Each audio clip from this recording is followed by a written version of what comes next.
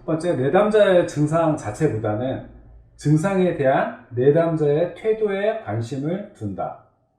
예를 들어서 내담자가 굉장히 폭력적인 행동을 한다고 한다면 내담자가 왜 저렇게 폭력적인 행동을 하는 거지?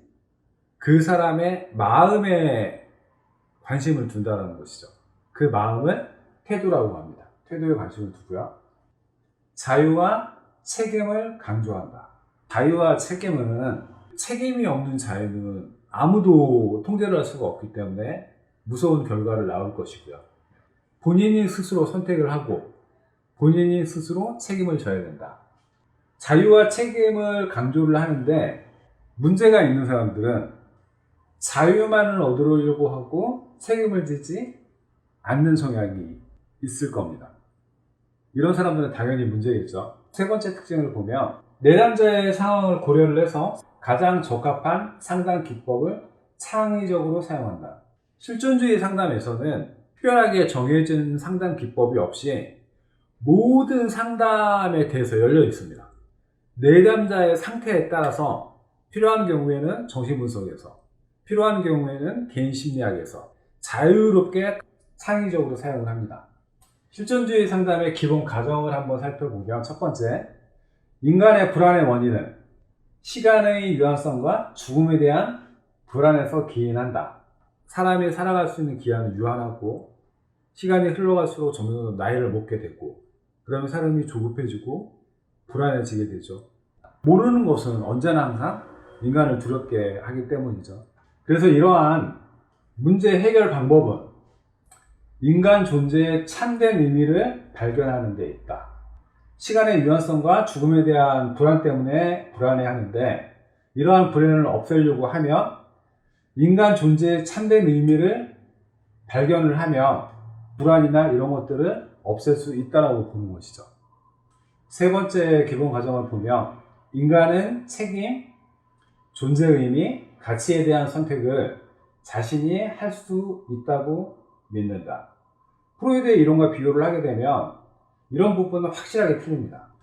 프랭클의 경우에는 인간의 행동은 자신이 책임질 수 있고 존재 의미, 가치에 대한 선택은 자신이 스스로 할 수 있다고 생각을 합니다.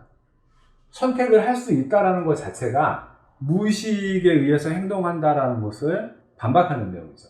네 번째 기본 과정을 보면 정서적 장애는 문제적인 행동은 삶에서 보람을 찾는 실존적 신경증에서 비롯된다. 실존이라는 말을 내가 왜 사느냐? 실존적 신경증은 내가 왜 사는지에 대한 것을 모르는 것은 상담자와의 인간관계를 통해 개선할 수 있다고 전제합니다.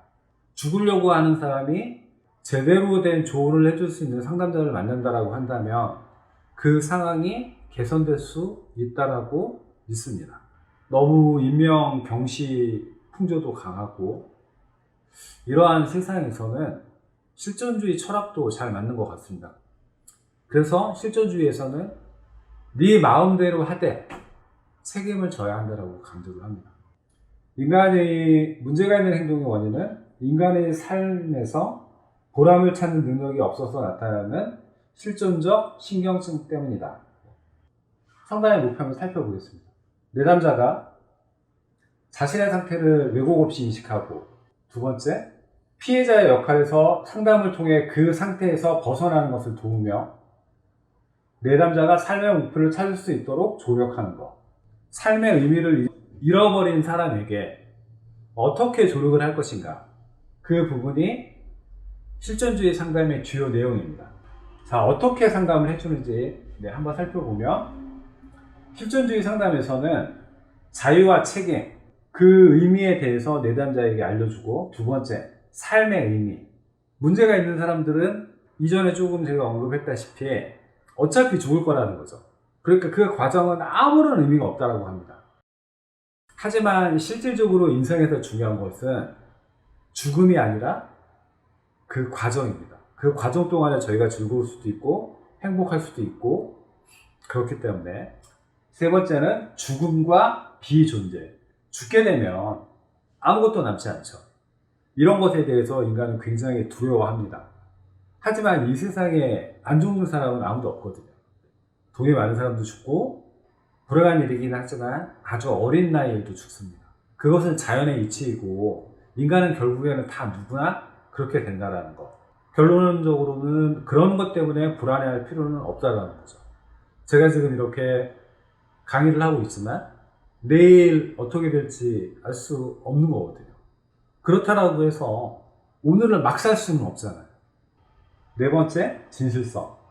삶의 의미를 획득하기 위해 얼마나 노력하며 살아가는가를 의미한다. 삶의 의미를 각자가 찾을 것.